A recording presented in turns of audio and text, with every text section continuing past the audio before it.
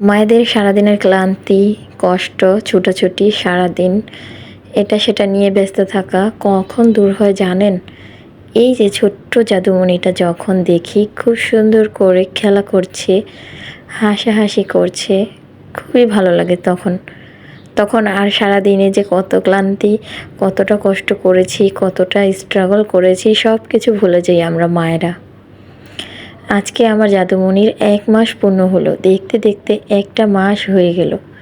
আর একটু একটু করে আমার জাদুমণিটা এখন বড় হচ্ছে, আমাদেরকে বুঝতে শিখছে, আমাদের সাথে একটু একটু করে তাকায়, একটু হাসি একটু কান্না, এভাবেই কিন্তু আমার জাদুমণির দিনগুলো কেটে যাচ্ছে। আর আমিও খুব হ্যাপি আমার ছোট্ট জাদুমণিকে কাছে পেয়ে। আমারও সারাটা দিন কীভাবে যেন কেটে যায় বোঝাই যায় না।